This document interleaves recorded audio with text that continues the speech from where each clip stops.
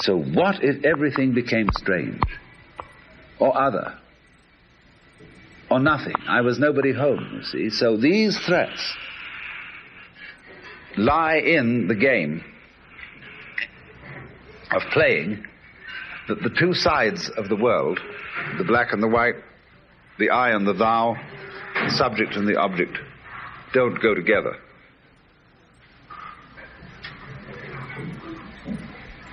Now,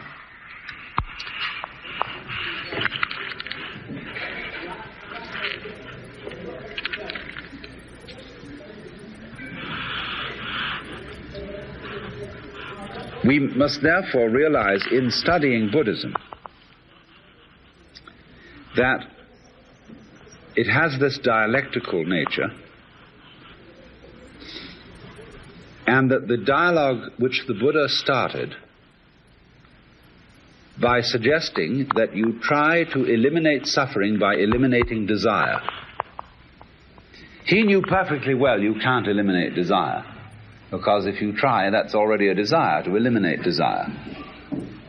But he wanted the people to try the experiment and see what would happen.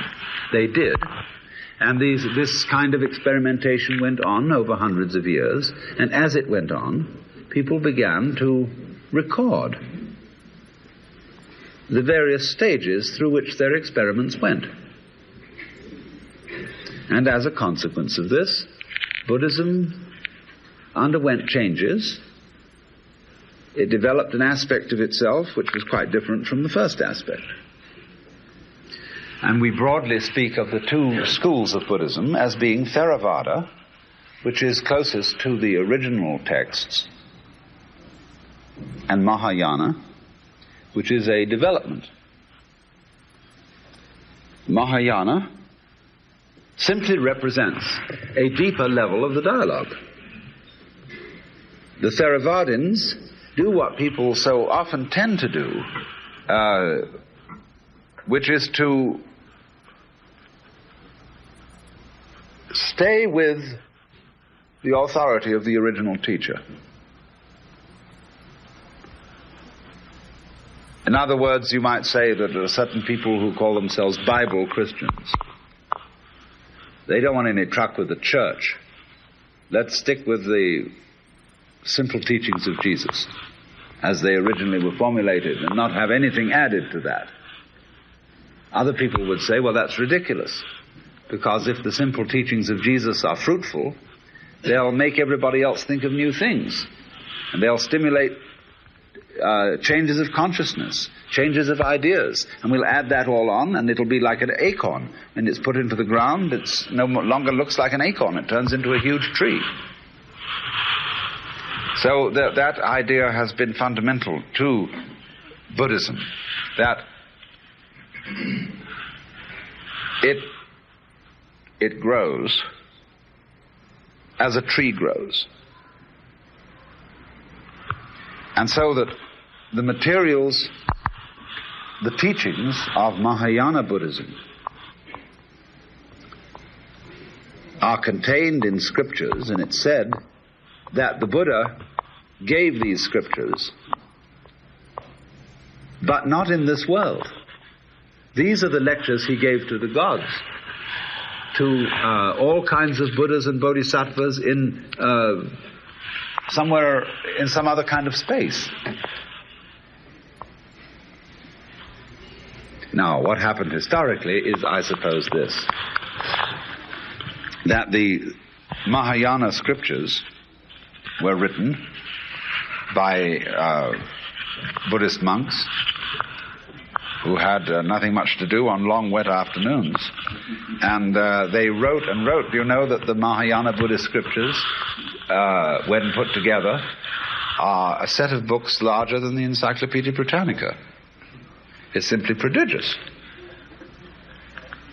But they are all attributed to the Buddha or to the great bodhisattvas, some of whom are, as it were, cosmological figures who don't incarnate on this level at all. So what happened? Those monks who wrote these things down genuinely felt that they were expressing a wisdom which was not their own. they wouldn't have dreamed of signing their own names to this stuff. They say, this I have understood from my deepest inner self. And that's not stinky little Nagarjuna or somebody. It's the great cosmic Buddha in me who has revealed this. So it's the teaching of the Buddha, and they did this in good faith. So although from one historical point of view the books of Mahayana Buddhism are much later than those of Theravada, or the Pali scriptures, you will often find Mahayanists arguing that they are immeasurably more ancient, because they incorporate a fundamental and eternal wisdom which is preached by the Buddha outside time. So as when we tell a fairy story, we say, once upon a time there was a beautiful prince, and so on, you know. When was that? Long, long ago, yeah, very long ago. It means this is a timeless tale. You see, there's always liable to be a beautiful prince. But so once upon a time has the same sense as the first word of St. John's Gospel, Enachi, in the beginning was the word. That's in the archetypal, primordial beginnings. So that's where all those sutras come from. They say, well, thus have I heard. At a certain occasion the Buddha was in the Sushita heaven and was surrounded with this, that, and the other. Well, that means this is timeless. But actually, the Mahayana does represent a certain kind of historical evolution. The evolution resulting upon many, many people making serious experiments with the Buddha's original doctrine. They tried to transform their consciousness by eliminating desire. They tried, in other words, to overcome suffering by toughening themselves. And as a result of doing those experiments, they found out certain things about themselves. As a result of introspection, they found out a lot about the nature of consciousness and about the nature of just plain isness, existence.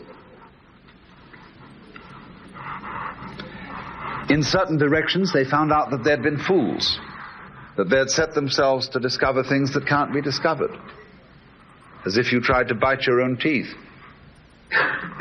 or find out what's round the back of the mirror.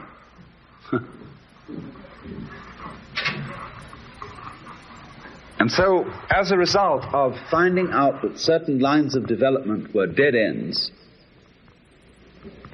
they didn't follow them anymore.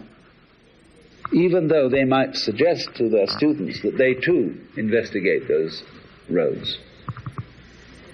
That's the nature again of upaya. Upaya is a clever device to get somebody to realize something which cannot be explained to him intellectually, because he won't believe it. I mean, it's easy enough. I can say, well, everybody here, you know you're all Buddhas. Every one of you. And I don't know what the hell you're doing around here, except come in for lunch. What do you want to learn? You got I can't tell you a thing. See, you have it all. And you say, well, that's all very well in theory, but I don't feel it to be so. So we have to go through this big thing of making all these experiments so as to find out that the theory is so. And that you really are, each one of you, the foundation and ground of the universe. Only you're going to find it out in a way where it, shall we say, won't go to your head. Where you'll be able to play it cool that you are the ground of the universe, and it's not something to brag about. On the other hand, it's nothing to be ashamed of and hide. That's the middle way. Madhyamika is the basic form of Mahayana Buddhism, meaning the middle way. which was transmitted to Tibet and lies as ever at the foundation of Tibetan Buddhism. So you see the sort of principles I'm sketching out, the sort of way of synthesis, of putting together the worldly life and the spiritual life, the bound life and the free life, the hidden life and the found life. That's Mahayana.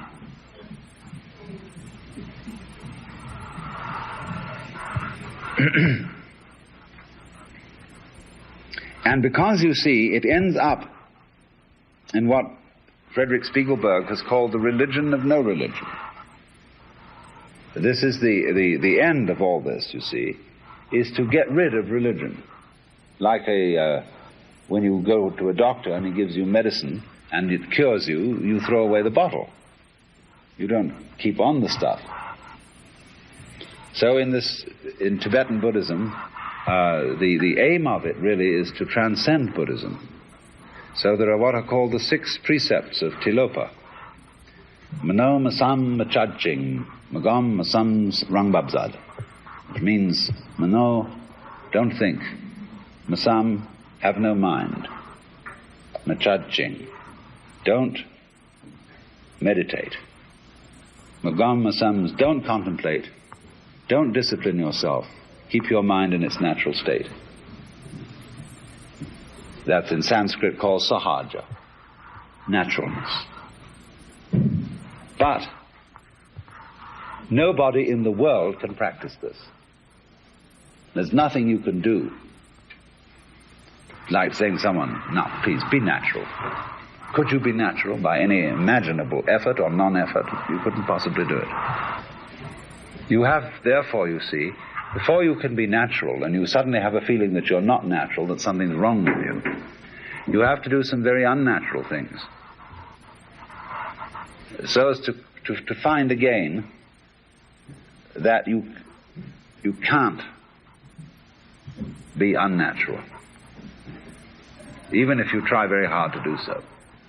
I can't separate myself from the divine unity by any stratagem whatsoever, but I won't know that that's so unless I try very hard to do so.